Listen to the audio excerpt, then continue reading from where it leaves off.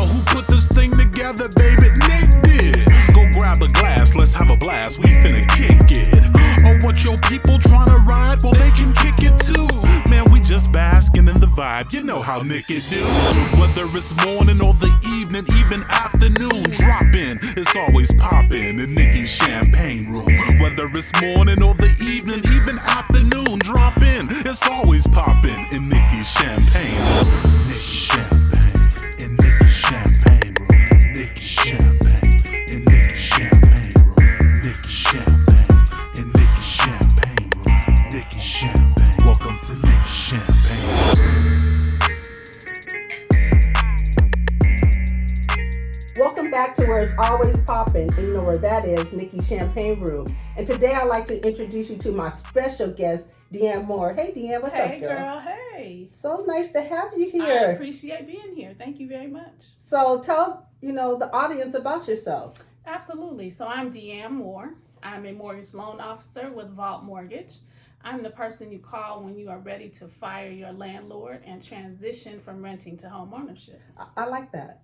I like Fire that your landlord. Absolutely. We need more homeowners out here. Because owning a home is less expensive than renting. Oh, absolutely. And the rental market has taken off exponentially. So what that means is it's costing more to rent than it is to purchase a home at this time. So yeah, I'm the person that you call when you want to make that move.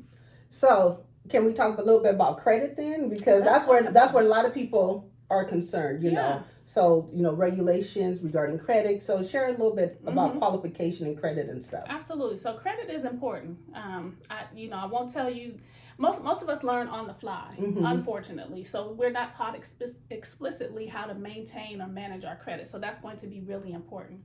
But what I will say, because everyone's credit situation is going to be different, don't tell yourself no. Let me take a look at it and see exactly where you stand. And if there's some things that we need to do to work together to get you mortgage ready, then we can do that. But nowadays, you can purchase a home with as low as a credit score of 580. 580. 580. Okay, before you go, is that like Experian, TransUnion, or Equifax? So it's a hard pull. Okay. People will ask if it's a soft or hard inquiry. It is a hard inquiry. We do have to pull all 3 credit bureaus. Okay. So we're not looking at the highest score. We're not looking at the lowest, but we're looking at the one right in the middle. Okay. So that's good to know, so people can know where to look when they start looking at Credit Karma, Experian. Oh, we don't look at that? So I'm going to pause you right there. Okay. So don't get too excited about these companies that she's mentioned because those scores are not always accurate. So you definitely want a mortgage professional to take a look at that because your mortgage scores will be different than what you as a consumer will see on Credit Karma or anything that's attached to your credit card. It's usually higher, right? It's off. It's I'll off? just say it's off. Okay, It's off. So 580 will get you in the game if you have your own funds for down payment and your own funds for closing costs. If you don't and you need funds, if you need what's called down payment assistance, then the minimum credit score required is going to be 640. Okay, I didn't know that. I like that. Okay, so minimum credit score is 640 if you're looking to borrow your down payment. Yes. So what kind of loan is that? Is that a name for that loan? There's no name for it. It's just a down payment assistance. So it's just for, typically first-time home buyers. That won't apply for someone who is an investor or anything like that. But for someone who is looking to purchase, maybe they're first in their generation to do so, just have not been able to accumulate enough funds to purchase, there are those programs out there that will assist. But like I said, it does require higher credit score.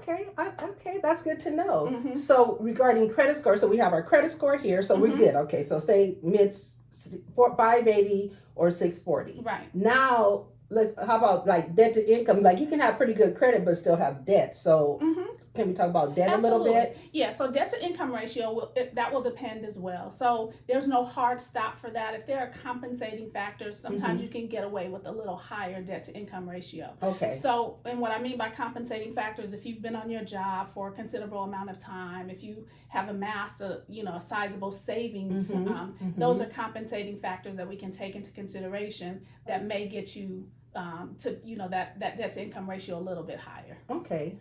So now we have, so we got our credit, and now we're, we have our debt to income pretty good.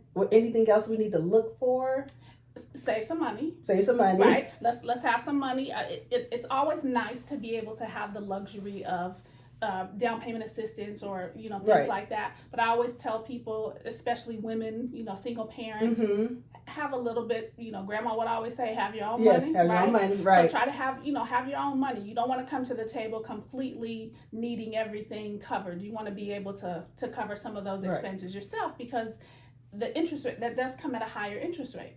So those programs do allow for you to be able to borrow those down payment funds. However, it does come at a higher interest rate.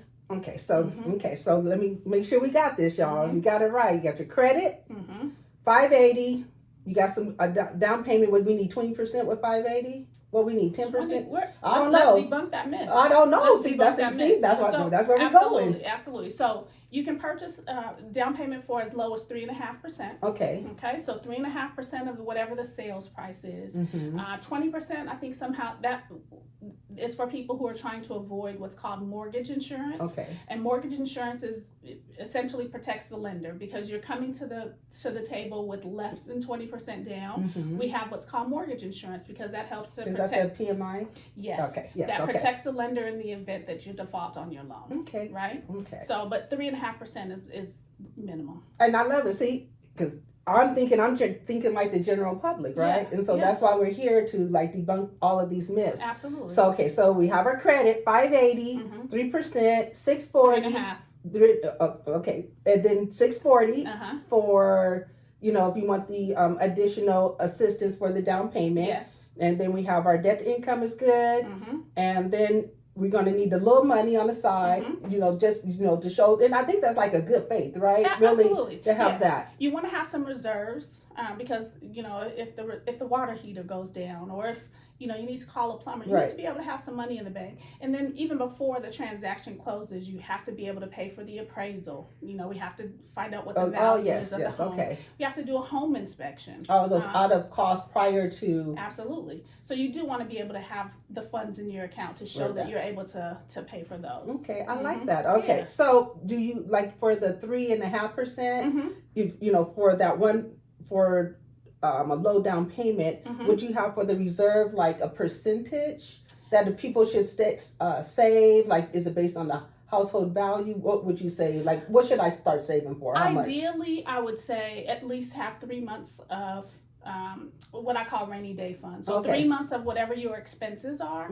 So whatever your household expenses, whatever your bills are, ideally you would have at least 3 months of reserves. Okay. And then how long does it take to like close on the house? Because for those of you who have clothes on the house, it's stressful. Take some of that stress away though. If you work with me, you'll be good. We'll hold your hand or drag you across the finish line as needed. Because you feel like pulling the hair, right? You're going to drag. But I know you're going to do great. That's why you're here.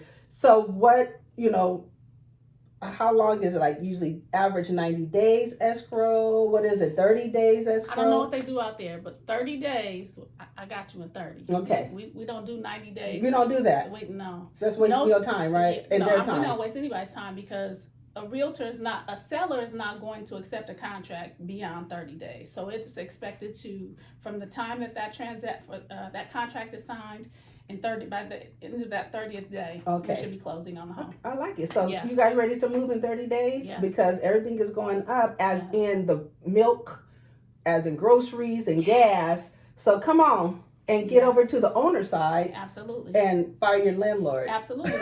I like it. Exactly. Fire your landlord. Please. And I'll help you do it. And then anything else you want to share before we close today? I mean, some tips. Absolutely. So tips is pay yourself first. So when you get paid, whether you're self-employed or whether you work for someone, pay yourself first. So that means put some money to the side, save some money. Don't give all your money away shopping, and those are not investments. Those are depreciating assets. We want to make sure we're investing in ourselves. So you invest in yourselves by saving your money. In addition, how you manage your credit. Your credit reports are essentially your report card, right? So when we look at those credit reports, we want to make sure that you've been paying your other creditors on time. So don't default on your payments and then say, hey, but I want to buy a house now. I think I'm ready. But if your history is showing that you haven't paid the other people that came before us, we're less likely to lend to you. So make sure that you honor your debts, pay people what you owe them. I said save money, pay yourself first, and then make sure that you are preparing yourself to purchase, right? So we're not maxing up our credit cards. We're not doing any of those things. We're making sure that our debt and our debt to income ratio is low so that we put ourselves in the best position to purchase. So I had a couple questions now, Sure. because those brought other questions. So my first question is, you know how when you get pre-approved, and so, they say like whatever, 750,000. Yes. We're in California, so Yes. 750,000. Yes. Should we buy the 750? Honestly, or that's just saying we still have wiggle room on top of 750. How does that work? What does that mean exactly? So when I do the pre-approval for you, typically I'll do the pre-approval at your ceiling, right? That's your max pre-approval. That doesn't mean you have to use all of that, but that means that's the most and you can't go over that. Okay. Right? So yes, we're in California, and 750 in California is like, 250 in Georgia. Yes. Or you know what I'm saying? Yes, Like I know, because people are gonna be like they're gonna be on the internet like 750, like that's kind of gonna be like average. So yeah. But I'm licensed in Georgia and California as well. So nice. if people are trying to fire California and go to where and you want to go someplace where homes are a little more affordable, I am licensed in Georgia as well, so I can also assist there. So those of you who are moving from California to Georgia, Trina that we had a couple weeks ago, she can help you, right? And then, she can refer, and then we have your lender who's going to give you all this money, absolutely, to go over, and then probably you have a house to sell, all in one stop shop. Yeah, there you go. Absolutely. There you go. And I haven't had a drink yet, so let me drink one. Let's take a sip. It's always good to take a break. Okay, so I'm trying to think. Oh, one more thing. I have a question. Program. So we didn't really talk about, but we mentioned first time buyers. That's a program, right? Is that is that just a saying? It's just a saying. Okay. And that's okay. And then we have veterans. Oh, I love veterans. Yes. No money down. Yes. Right. Yes. And then there's anything else like. So we have, in terms of loan programs, so conventional loan programs, FHA, VA. There's also a USDA loan, and USDA is for people who are looking to live in what's called a more rural area. There's a USDA loan as well. See, you learn something every day new in Niki Champagne Room, because I didn't know about that. I try. So, Deanne, thank you so much for joining us today. Absolutely. And I'll make sure all of your information is embedded on the internet for you. So if you need help, you just click. First you subscribe, then you click, okay? But thank you again for coming. Absolutely. And everybody, thank you for watching us today. You have a great time. Okay. Niki Champagne Room. Oh, I'm sorry. I already blooped it. They keep the bloop though. Niki Champagne Room.